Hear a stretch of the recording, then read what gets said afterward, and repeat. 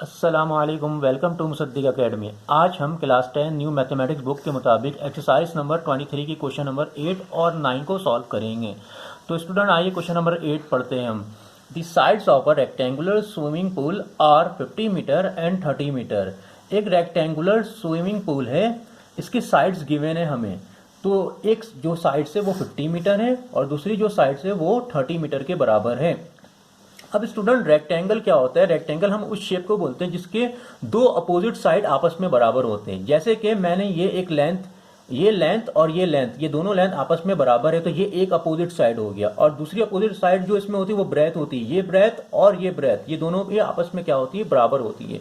अगर ये 10 मीटर है तो ये भी लेंथ 10 मीटर के बराबर होगी, और अगर ये 50 मीटर है या 5 मीटर है तो ये भी 5 मीटर के बराबर होगी। लेकिन स्टूडेंट एक बात याद रखिएगा, रेक्टेंगल में लेंथ जो है वो ब्रेथ के मुकाबले में हमेशा ज्यादा होती है। इट मीन्स के लेंथ ज्यादा होती है और ब्रेथ इसकी क्या होती है? कम होती है। ठीक है, तो अब स्टूडेंट यहां पर हमारे पास दो साइड गिवन है, एक 50 मीटर है और एक 30 मीटर है। और रेक्टेंगल में लेंथ हमेशा ज्यादा होती है ब्रेथ के मुकाबले में। इट मीन्स कि जो 50 मीटर है ये लेंथ है और जो 30 मीटर है ये इसकी क्या है? ब्रेथ है। तो 50 मीटर हमारे पास जो गिवन है ये लेंथ गिवन है, लेंथ। ठीक है, तो अगर ये 50 मीटर है तो ये भी 50 मीटर के बराबर होगा, क्योंकि दोनों आपस में, ये दोनों लेंथ आपस में क्या होती है? बराबर होती है। इसी तरीके से अगर ब्रेथ 30 मीटर है तो ये भी ब्रेथ किसके बराबर होगा? 30 मीटर के बराबर होगा। अब स्टूडेंट आते हैं हम अपने रिक्वायरमेंट की जानिब। रिक्वायरमेंट हमारा क्या है? रिक्वायरमेंट कह रहे हैं what is the length between the opposite corners. आपको लेंथ मालूम करनी है अपोजिट कॉर्नर्स की। अब स्टूडेंट हमारा अपोजिट कॉर्नर्स इस रेक्टेंगल में दो तरीके से बन सकता है। एक अपोजिट कॉर्नर आप यूं ड्रॉ भी कर सकते हैं और दूसरा अपोजिट कॉर्नर जो है वो आप इस तरीके से भी ड्रॉ कर सकते हैं। तो बहरहाल मैं इस तरीके से अपोजिट कॉर्नर क्या करता हूं? ड्रॉ करता हूं। ये वाली लेंथ आपको क्या करनी है? मालूम करनी है। अपोजिट कॉर्नर, एक कॉर्नर से दूसरे कॉर्नर के दरमियान जितनी भी लेंथ होगी ये आपको क्या करना है? मालूम करना है, फाइंड आउट करना है। तो स्टूडेंट अगर मैं इसको अलग करके लिखूं या अलग करके ड्रॉ करूं तो आप देख सकते हैं कि ये कुछ इस टाइप का शेप ड्रॉ होगा। इट मीन्स कि ये राइट एंगल ट्राइंगल ड्रॉ हो चुका, आप देख सकते हैं इसको यहां से। ठीक है, तो अब देखिए ये 50 मीटर जो है ये बेस है, 30 मीटर आपके पास जो है वो परपेंडिकुलर है, और ये वाली जो लेंथ है आपको मालूम करनी है। इट मीन्स कि ये हाइपोटेनियस आपको मालूम करनी है। तो मैं इसको सपोज कर लेता हूँ ये एक्स के बराबर है, क्योंकि ये राइट एंगल ट्राइंगल बन चुका है। तो अब हम इसको सॉल्व करने के लिए पाइथागोरस थ्योरम लगाएंगे। By using Pythagoras theorem. Pythagoras theorem student आपको पता है क्या होता है? ये होता है हाइपोटेनियस के स्क्वायर जो कि बराबर होता है base square plus perpendicular square के। तो हाइपोटेनियस हमारे पास x के बराबर है तो ये होगा x का square is equal to base बराबर है 50 के, तो ये होगा 50 का स्क्वायर प्लस साइन, और परपेंडिकुलर 30 के बराबर है तो ये होगा 30 का स्क्वायर। तो ये हो गया x square is equal to 50 के स्क्वायर। आप कैलकुलेट करेंगे तो इसकी जो वैल्यू आएगी वो 2500 के बराबर आएगी, प्लस साइन, और 30 के स्क्वायर जब आप कैलकुलेट करेंगे तो इसकी वैल्यू 900 के बराबर आएगी। अब ये x square as it is copy कर देंगे, इन दोनों का आपस में सम करेंगे तो ये वैल्यू आएगी 3400 के बराबर। अब स्टूडेंट क्योंकि हमें x की वैल्यू चाहिए ना कि x स्क्वायर की, तो स्क्वायर खत्म करने के लिए आप क्या करेंगे? रूट लेंगे बोथ साइड। तो taking root on both side, तो दोनों जानिब मैंने रूट अप्लाई कर दिया, तो स्क्वायर से रूट कैंसिल आउट। अब स्टूडेंट 3400 का जब आप रूट कैलकुलेट करेंगे तो इसकी जो वैल्यू आएगी वो बराबर होगी 58.309। ये भी आंसर सही है। और अगर आप इसको राउंड करके लिखना चाहेंगे तो ये कुछ इस तरीके से ये वैल्यू होगी 31, क्योंकि आपको पता है स्टूडेंट के 9 से बड़ी कोई वैल्यू होती है तो वो पहले वाले वैल्यू को क्या कर देती है? वो राउंड कर देती है। तो ये वैल्यू जो है 5 से बड़ी है, तो 5 से बड़ी जो भी वैल्यू होगी वो उसके पहले वाले नंबर को क्या कर देगी? राउंड कर देगी, मतलब एक इजाफा कर देगी। तो ये वैल्यू 9 है, 5 से बड़ी, इट मीन्स कि ये 0 से क्या हो जाएगा? ये 1 हो जाएगा। और क्योंकि तमाम यूनिट मीटर में, तो इसकी भी यूनिट क्या होगी? मीटर में होगी। तो ये इसका आंसर होगा। अब स्टूडेंट हम क्वेश्चन नंबर 9 को सॉल्व करेंगे। तो क्वेश्चन नंबर 9 मैं पढ़ रहा हूं। क्वेश्चन नंबर 9 हमारे पास है द लेंथ ऑफ इस side of an equilateral triangle is 8 unit.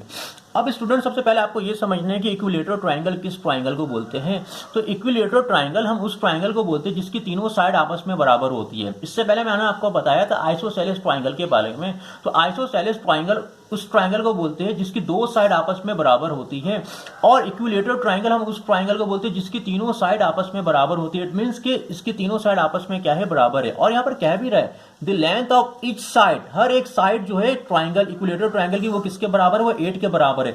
It means कि ये भी साइड 8 के बराबर है, ये भी साइड 8 के बराबर है, और ये भी साइड 8 के बराबर है। अब स्टूडेंट क्या कह रहा है, find the length of any one altitude. अब एल्टीट्यूड किसको बोलते हैं, आपको कह रहा है कि लेंथ मालूम करें किसी भी एक एल्टीट्यूड की। अब स्टूडेंट एल्टीट्यूड हम बोलते हैं किसी भी ट्राइंगल के वर्टेक्स से एक परपेंडिकुलर लाइन आती है, उस परपेंडिकुलर लाइन को हम क्या बोलते हैं, एल्टीट्यूड। अब वर्टेक्स को बोलते हैं ट्राइंगल के कोने को बोलते हैं। देखिए कि स्टूडेंट ये ट्राइंगल के एक कोना ये है, एक ये है और एक ये है, तो ये तीन ट्राइंगल के क्या है, वर्टेक्स है। तो आपको क्या मालूम करना है, इसकी जो एल्टीट्यूड मालूम करनी है। एल्टीट्यूड किसको बोलते हैं, किसी भी वर्टेक्स से एक परपेंडिकुलर लाइन ड्रॉ करे वो उसका क्या कहलाता है, एल्टीट्यूड कहलाता है। तो मैं इस वर्टेक्स से एक परपेंडिकुलर लाइन ड्रॉ करता हूं, इट मींस कि ये वाली जो लाइन है ये आपको मालूम करनी है। इसका मतलब स्टूडेंट देखिए, जैसे ही मैंने परपेंडिकुलर लाइन ड्रॉ किया तो ये हमारे पास एक आ गया राइट एंगल ट्राइंगल, आप देख सकते हैं, ठीक है। तो अब ये वाली जो साइड है 8 के बराबर है, और ये एल्टीट्यूड आपको मालूम करना, मैं सपोज कर लेता हूं ये x के बराबर है, ये मालूम करना है। अब स्टूडेंट ये टोटल जो है ये 8 के बराबर है, लेकिन जैसे ही मैंने परपेंडिकुलर लाइन ड्रॉ किया तो इट मींस कि टोटल ये 8 था। जब परपेंडिकुलर लाइन ड्रॉ किया तो ड्रॉ करने की वजह कर ये हाफ हो गया, और हाफ का मतलब ये 8 से कितना हो गया, 4 के बराबर हो गया। तो ये देखिए आपके पास ये राइट एंगल ट्राइंगल ड्रॉ हो चुका है, ये इसका बेस है, ये परपेंडिकुलर है, और ये क्या है, हाइपोटेनियस। तो राइट एंगल ट्राइंगल को हम सॉल्व करने के लिए अगेन क्या लगाएंगे, पाइथागोरस थ्योरम, जो कि आप जानते हैं क्या होता है, हाइपोटेनियस का square is equal to base square plus perpendicular square, ठीक है। तो हम वैल्यू पुट करेंगे, हाइपोटेनियस हमारे पास 8 के बराबर है तो ये होगा 8 का square is equal to base हमारे पास 4 के बराबर है तो ये होगा 4 का स्क्वायर प्लस साइन, और परपेंडिकुलर x के बराबर है, ये होगा x का स्क्वायर। तो 8 का स्क्वायर 64 के बराबर इज इक्वल टू 4 का स्क्वायर 16 के बराबर प्लस साइन x स्क्वायर।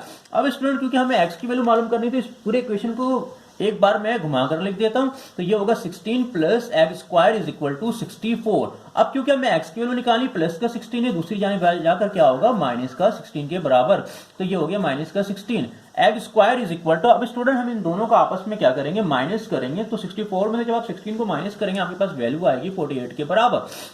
अब क्योंकि x की वैल्यू चाहिए ना कि x स्क्वायर की, तो स्क्वायर को खत्म करने के लिए आप क्या करेंगे, दोनों जानिब रूट को लेंगे, तो taking root on both side, तो स्क्वायर से root cancel, x is equal to. अब स्टूडेंट क्योंकि 48 का रूट जो है डेसिमल में आता है, तो मैं क्या करूंगा, पहले आपको आंसर को डेसिमल में नहीं लिखना है। अब सवाल ये आता है कि पिछले क्वेश्चन में मैंने आंसर को डेसिमल में लिखा था, यहाँ पर क्यों नहीं लिखता हूं।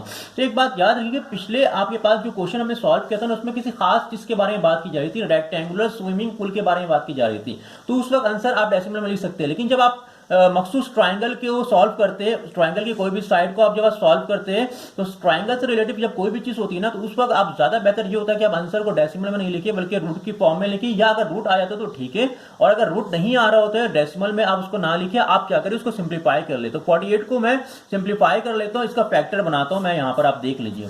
48 के जब हम फैक्टर बनाएंगे तो ये होगा 2 जा 4, 2 4 जा 8, 2 1 जा 2, 2 2 जा 4, और ये 2 6 जा 12, 2 3 जा 6 एंड देन 3 1 जा 3। तो 48 में हमारे पास जो है 4 टाइम 2 है और 1 टाइम 3 है, तो 1 2 3 4, 4 टाइम 2 और 1 टाइम 3। तो आप इसको पता है स्टूडेंट के स्क्वायर रूट में दो नंबर मिलकर 1 के बराबर होता है। इन दो का पेयर बना ये रूट के बाहर, इन दो का पेयर बना ये रूट के बाहर, तो सिर्फ रूट के अंदर क्या रह गया, 3 रह गया। तो इसका जो आंसर फाइनली होगा 2 2 जा 4 और रूट 3, क्योंकि तमाम की तमाम यूनिट जो है वो यूनिट में गिवन है, तो इसकी यूनिट क्या होगी, यूनिट होगी x is equal to 4 root 3 unit, ये इसका आंसर आएगा। उम्मीद है कि वीडियो आपको पसंद आई होगी। आज तक लेते रखते, अपना ख्याल रखिएगा, अल्लाह हाफिज।